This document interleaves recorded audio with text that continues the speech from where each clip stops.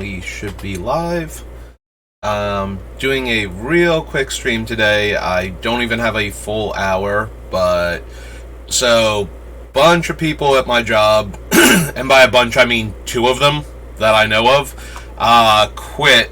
One of them, this was their last week, and the other one came in, had been missing shifts, came in to get what he declared was his last paycheck and is now gone, so so I'm back on Fridays. And between that and having found a place to actually play Paper Magic on Fridays means that I only have 2 days that I'm off again. So those 2 days will be the only 2 days that I can 100%, guarantee that I'm going to stream things. So I'm going to try to get in some, some deck building today. I woke up kind of late. Didn't even get to do everything else that I wanted to do today, so I'm going to try and put some of it off for tomorrow, and hopefully I'll wake up earlier. And of course, I'm starting to talk, so my throat's all like, no, we're done here. So I'll try and power through that, but yeah. So, I want to try and get through these sets and actually start on the Beamtown Bullies build, so here we go. We are in the Urza's blocks now. Saga, Legacy, and Destiny. Destiny being last in the block and alphabetically first. Whenever one or more of your opponents plays a creature spell, deals 1 damage to that player, no. 6/5 Regenerator, no. Sacrifice it, return target creature from your graveyard to play. Nope. Attrition. Okay. Definitely a way to sacrifice our creatures for value. During our opponent's end steps. When we get our things back. So, Urza.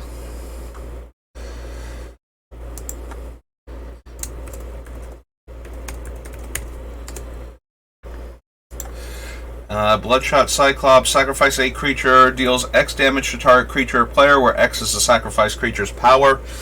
Is a 6-drop, but is also the type of effect, maybe even more so than Attrition, since it can't hit non-black creatures and the size of the things that we are grabbing back. So, yep, I will add that one also. Similarly to a lot of the other cards where I'm adding a bunch of cards that all fill the same role, we will figure out which ones, easy to cast versus better effect versus, and we will narrow it down to a couple of them that really do the thing we want to do. Body Snatcher, you have to discard a creature card from your hand, or it gets exiled, and when it's put into your graveyard from play, you remove it from the game and return target creature card from your graveyard to play. So, not what we're doing. Excuse me. Cup, no. Sextant, almost definitely not. Brass Secretary, no. Bubbling Muck, no. Caltrops. Carnival, no. Chime of Night is put into a graveyard from play, destroy target non-black creature, no. So, fun fact about Carnival of Souls, and I wish I could remember what I actually did with it. So, there was a very, very weird, janky tournament that I went to one time at one of the places I used to play at, where everybody built a deck, and then the decks were distributed to the players at random out of the participants at the tournament, and they had to then play with the deck. So the idea was you were going to build a bad deck, but if you didn't put a way for that deck to win the game, then, and you got your own deck back, because that was a possibility, you would not be able to then win the game because you built the deck to be terrible. So I had built a deck that used Carnival of Souls as part of its engine as a win con, because Carnival of Souls is terrible, especially when Mana Burn was still a thing, which it was at the time. So every time a creature came into play, you lost a life and you got a black mana, and you had to spend that black mana. I wish I could remember exactly what I was doing with all of the mana that this thing was generating, in order to win the game. But yeah, Carnival of Souls.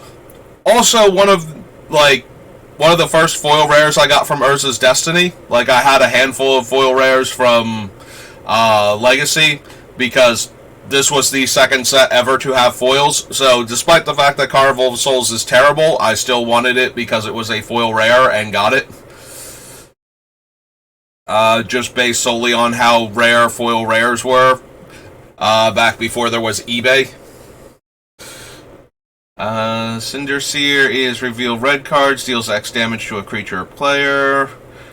Mountain Walk and Fire Breathing. Black cards put into an opponent's graveyard, you may draw a card. 6/5 flyer dies if you don't have artifacts. It's put into a graveyard from play, target creature gets -2/-2. Enchanted creature is put into a graveyard from play, target player chooses and discards 2 cards from their hand. Has Shroud. Lets you put creatures into play. When you control no other creatures, sacrifice it. Lets you get non-basic lands with a duress effect. Exiles a non-black creature and all copies of it. Extruder. Sacrifice an artifact with a +1/+1 counter on a creature. Beginning of your upkeep may put an infection counter on wound. Beginning of the upkeep of enchanted creature's controller deals X damage to that player, where X is the number of infection counters on it. Cycling Shock at sorcery speed for 2 mana. Sack a creature, deal 4 damage to a creature. It's put into a graveyard from play, remove it from the game if you do reveal cards from your library until you reveal a creature card and put it into play. Absolutely not for our deck. 4 mana, 2/2 first strike haste.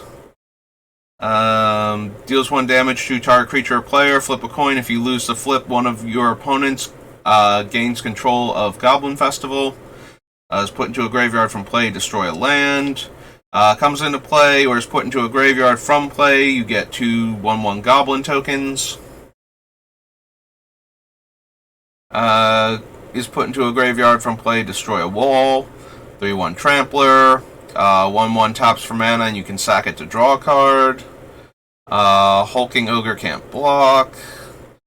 Comes into play or is put into a graveyard, put a +1/+1 counter on a creature. At the end of each player's turn, if that player didn't play a spell that turn, Impatience deals 2 damage to that player. Incendiary is another enchant creature with fuse counters. Enchanted creature is put into a graveyard, deals X damage to target creature or player, where X is the number of counters on Incendiary. Green 2-tap, reveals green cards, gives +X/+X. Dies, you get an artifact back. This one shows up in a lot of my Artifact Matters decks, because usually you can pair it with things like the Mirror Retriever and whatnot, and just loop artifacts coming into play.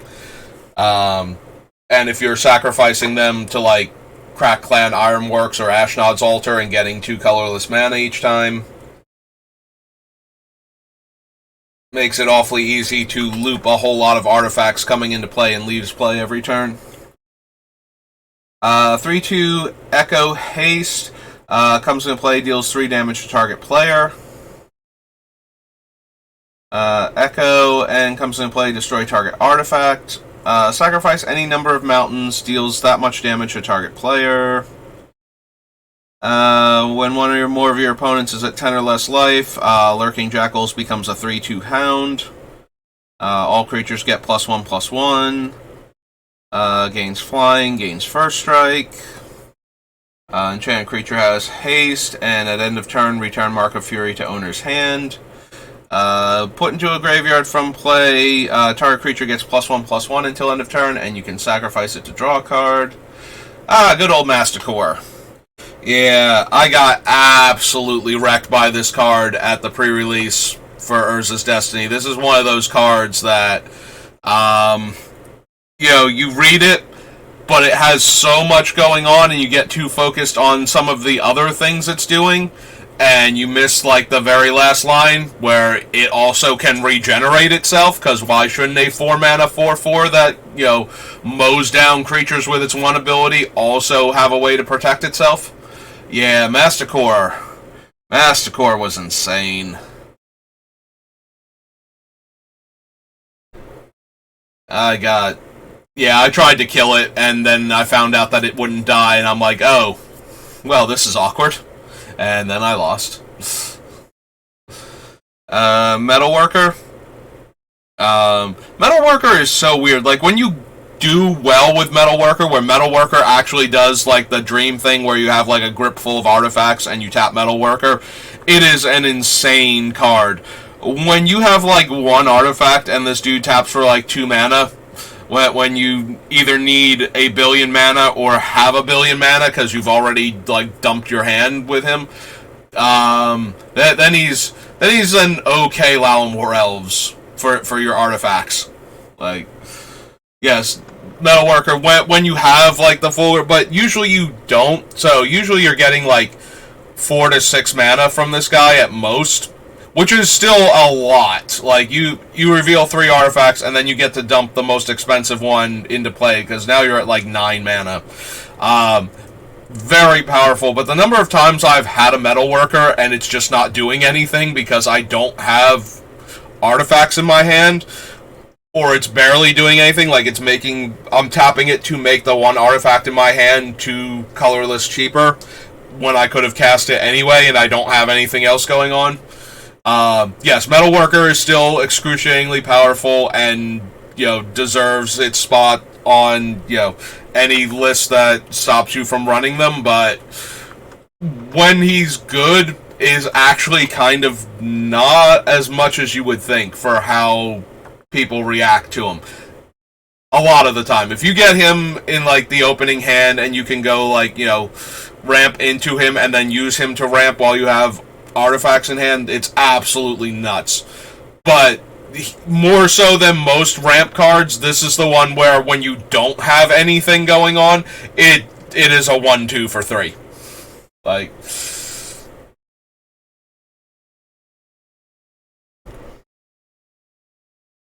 and that is incredibly underwhelming at that point. Like, most people look at Metalworker and they think the ideal scenario, and when you do hit that, it's absolutely insane. And so Metalworker will make it into, like, my artifact heavy commander decks and whatnot, but because it makes it into those decks, I do get into a lot of situations where I have a Metalworker and it does actual nothing. And I think people forget that Metalworker is that once you have played your artifacts out, like, or you have enough mana. Like, Metalworker is probably the best card in your opening hand and one of the worst cards to draw, after, like, turn 4. A lot of the time. And in Commander, where you probably won't see him most games in, like, anywhere near the top, 11 cards of your deck. Like, still run him if you have one and you're an artifact-heavy deck, because those times where he is in your opening hand, or you do get him in the first couple turns of the game, absolutely, like, busted. But just keep in mind that the rest of the time it's a 3 mana 1-2.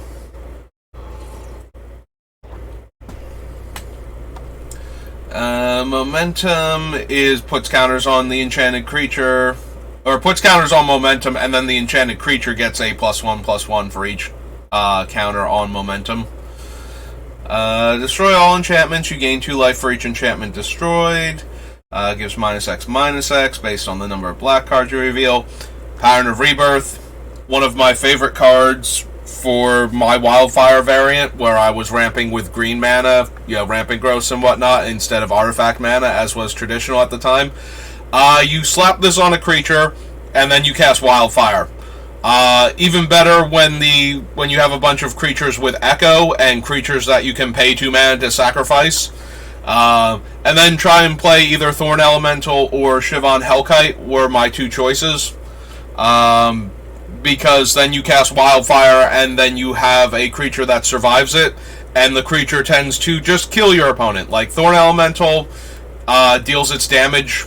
We're going to see it later. It's one of the original deals its damage as though it weren't blocked creatures, and is 7 power.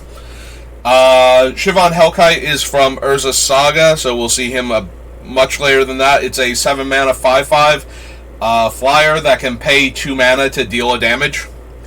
So, allows you to finish off creatures with Wildfire if you have enough mana, and like their creatures are also big, which is a thing that happens. There's a lot of, like 5 toughness creatures running around when Wildfire was a big deal. So having a way to, if I have 8 mana instead of 6, and I can finish off your dragon and keep my dragon, and because this is a 4-drop enchantment, it was usually reasonable to try and get out, like, my dragon around the same time people were getting out their 5-drop dragon. The one that we saw earlier that dies if you don't have artifacts in play, since most of them were artifact-based. So yeah, I have fond memories of Pattern of Rebirth as, like, one of my cool things that I could do. Alright, there's Ferexian Negator, and Ferexian Negator is going in.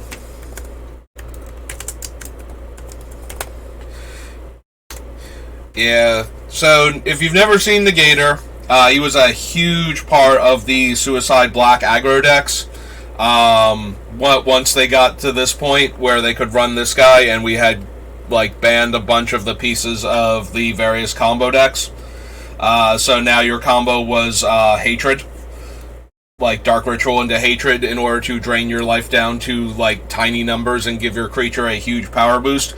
One of the best creatures to Hatred onto is Ferexian Negator, as he is already a 3-mana, 5-power Trampler. The drawback is every point of damage he takes makes you sacrifice a permanent.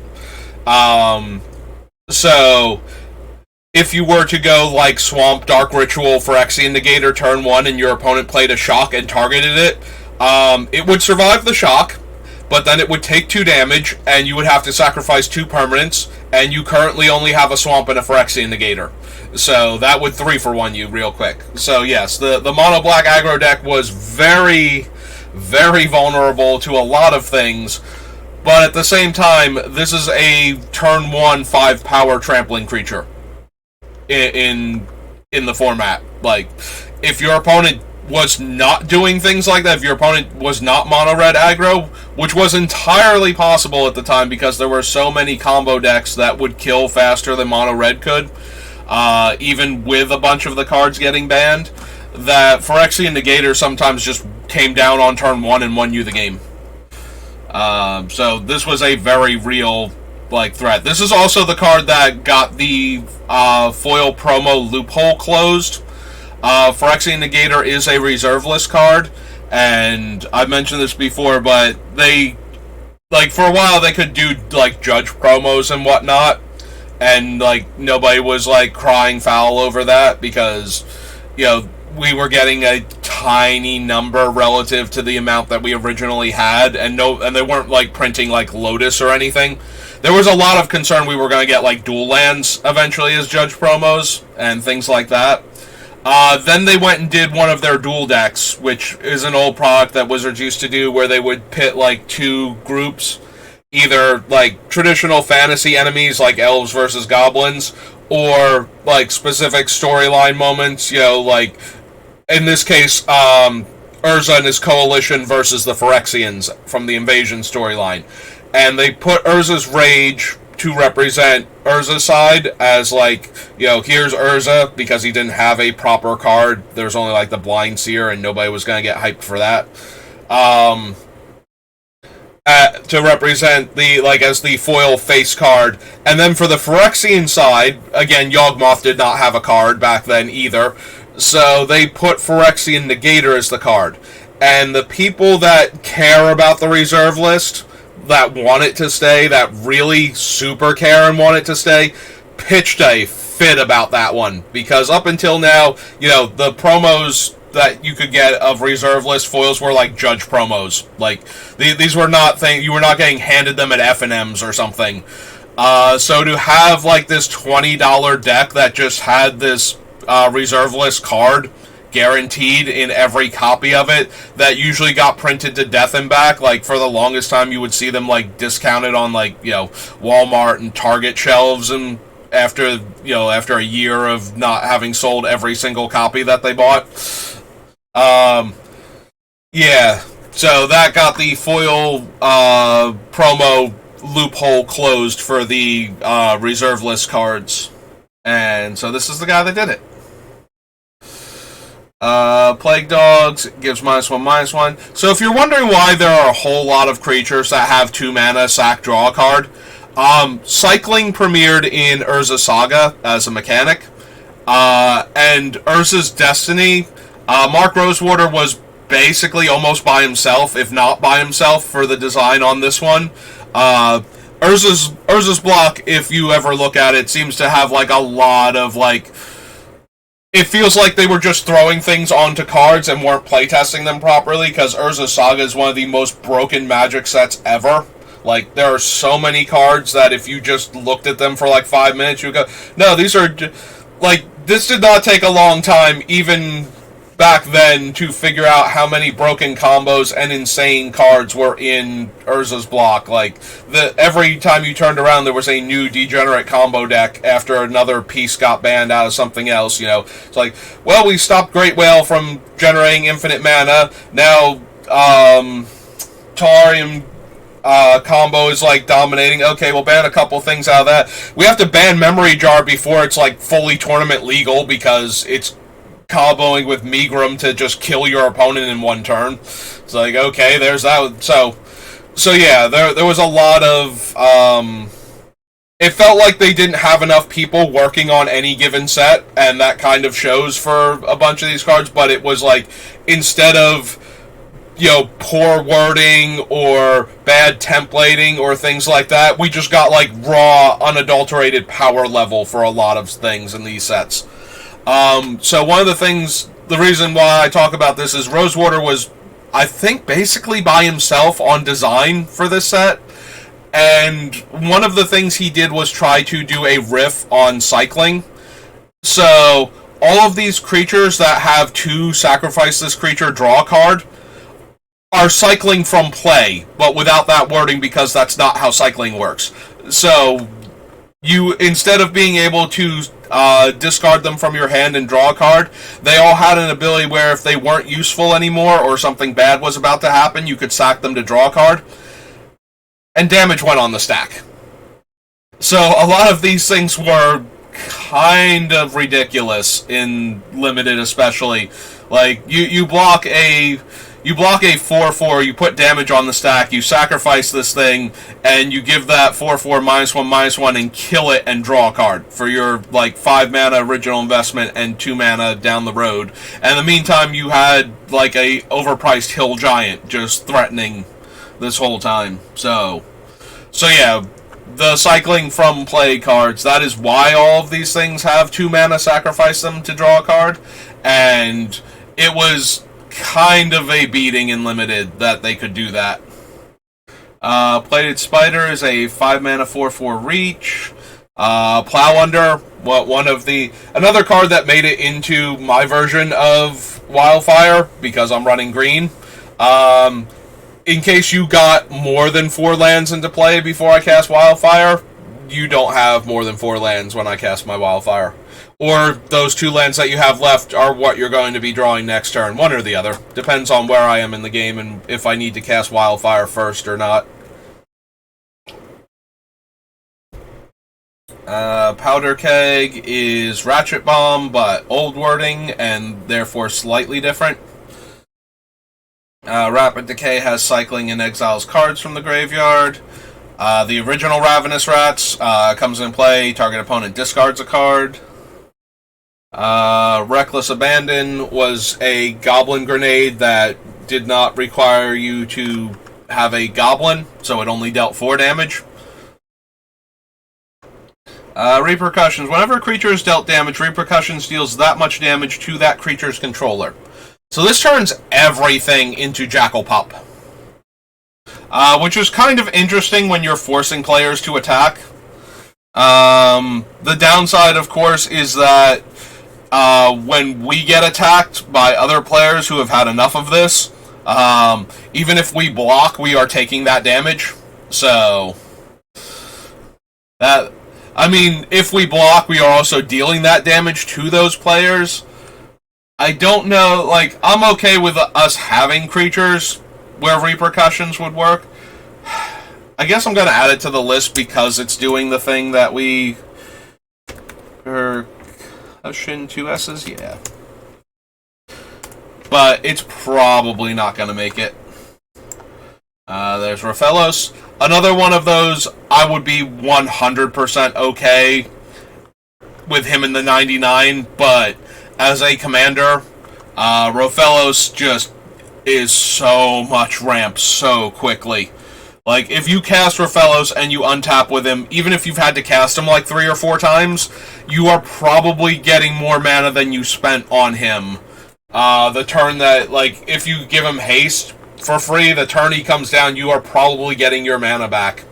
And then some with Rofellos, so definitely a card that I don't like seeing as a commander, as he makes mono green very, very rampy, like, impossibly so.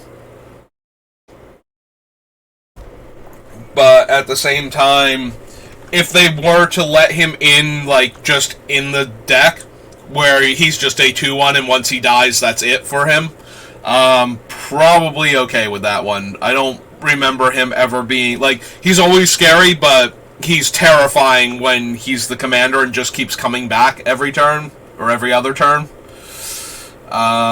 Reveal any number of green cards in your hand, return an enchantment card from your graveyard to your hand for each card. We went through this before, and I didn't see a ton of, like, good enchantments in our deck that I would desperately want to get back, or that were super helping with our theme. If anything, we might need, like, a Crucible of Worlds to get back Homeward Path, or something like that. Deals X damage, gives +X/+X and -X/-X. So the Scents are all one-shot versions of the Seers that we saw before.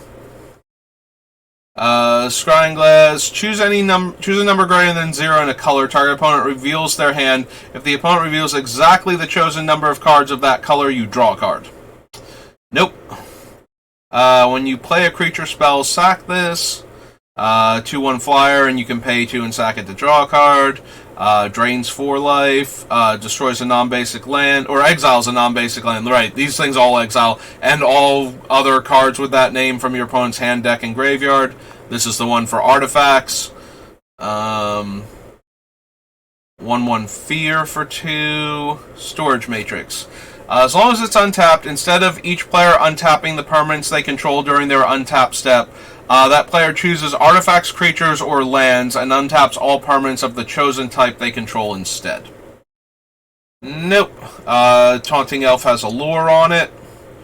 There's Thorn Elemental, so 7/7, and may deal its combat damage to the defending players, though it weren't blocked. Thran Dynamo. Similar to a lot of the other mana ramp cards, if we had a lot more colorless requirements in this deck, this is a high pickup for me, like, to put in a lot of my commander decks that have intense volume of mana requirements as opposed to intense color requirements. 4 mana and then taps for 3 on all future turns with no added drawback. This one, Worn Power Stone, like Mana Crypt and Soul Ring basically make it into every deck, but for things like Mana Vault, Grim Monolith, Thran Dynamo, and Worn Power Stone tend to make it in when I have ways to spend large amounts of colorless mana. And this deck does not have a ton of that. Like, it's getting around casting cost by using the Bullies, and a lot of the cards that we are using to set them up only have like 2 or 3 mana generic in the casting cost, so it's not like we're running a bunch of X spells, or we have some like 8 and 9 drops we want to get to cast consistently. Like, we have ones that we can cast, but they're as much in here to be things we give away as they are things that we will eventually cast ourselves. So a lot of these like big rampy artifacts, while generally good, like generically good, for lack of a better term, since, you know, they're making colorless and or generic mana, as you would like to look at it, I always still think of it as colorless, even though, because it is colorless, but the casting cost is generic. So, but yeah, our generic mana requirements are not such that we need a lot of colorless ramp, I don't think. If it looks like we do afterwards, if we just have too many big things that we do want to cast, I might make some room for Yeah, but I'm probably going to make room for like Worn Power Stone or like Grim Monolith first before adding like Thran Dynamo. Although if I do add like Grim Monolith and you need a replacement, you might want to look at like Thran Dynamo or Basalt Monolith instead, as those are usually much cheaper than a Grim Monolith. Remove it from the game. Target player shuffles their graveyard into their library. 3/3 if it's enchanted, it gets +2/+2 flying, first strike, and trample. The original gives all attacking creatures +2/+0 that used to mess people up. They tried to use it on defense. Enchanted creature gets +3/-1.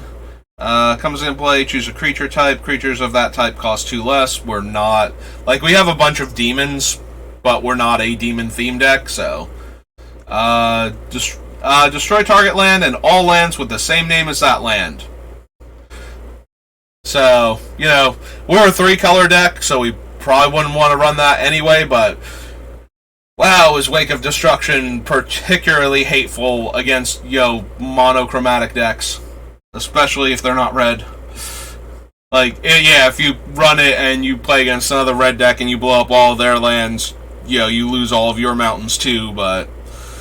2/2 haste. Yavimaya Elder, another one of my favorite cards from the Wildfire deck. When it dies, you get 2 lands from your deck. Notable in that if you sacrifice him to draw the card, the sacrifice is part of the cost, so the trigger to get 2 lands from your deck goes on the stack first and resolves first, and you won't get the card until after you've thinned your deck and shuffled. So, if you're ever wondering, like, if you have Yavimaya Elder and you always forget, like, what order it is, you will do the deck thinning first, which is up top, and then you will get the card draw, which is at the bottom. Because of how he works. So you will sacrificing him, part of the cost, triggers this, so you do this first, then the ability resolves, and then you draw the card. So you do the top part first and the bottom part second when you activate the bottom part. Yavimaya Enchantress gets +1/+1 for each enchantment in play. Yavimaya Hollow lets us regenerate creatures. Yawgmoth's Bargain is banned in Commander for a very good reason. Yawgmoth's Bargain, if it wasn't for the fact that it costs twice as much mana, is definitely a more powerful Necropotence. But costing twice as much mana, the fact that you can't play it turn 1 is like the only thing that stops this card from being better than Necropotence in every conceivable way. Like, if it were 2 black and 2 and you could cast it consistently on turn 2 with a Dark Ritual, I think it would be the better card, because you get the cards immediately, and you don't have any of the other drawbacks from Necro being... I mean, they both make you skip your draw step, but you don't exile cards that you discard, which means that you can overdraw in order to do graveyard shenanigans also with it.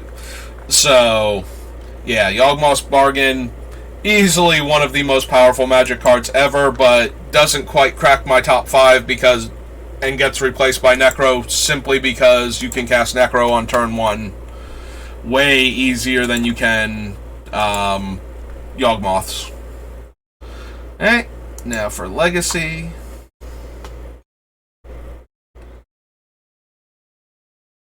Yeah, it looks like we won't make it to Saga. I'm already at 1:15. Oh, I'm at 1:15. I do have to go. Alright, so we're going to stop here. I forgot I have work an hour earlier than usual on top of everything else. So we got through Urza's Saga, and I do have to go. Apologize. Or not Saga, Destiny. Alright. Sorry about that, but I must be going now, because now I've only got like 15 minutes to get ready for work. Alright, thanks for watching, and I will see you next time.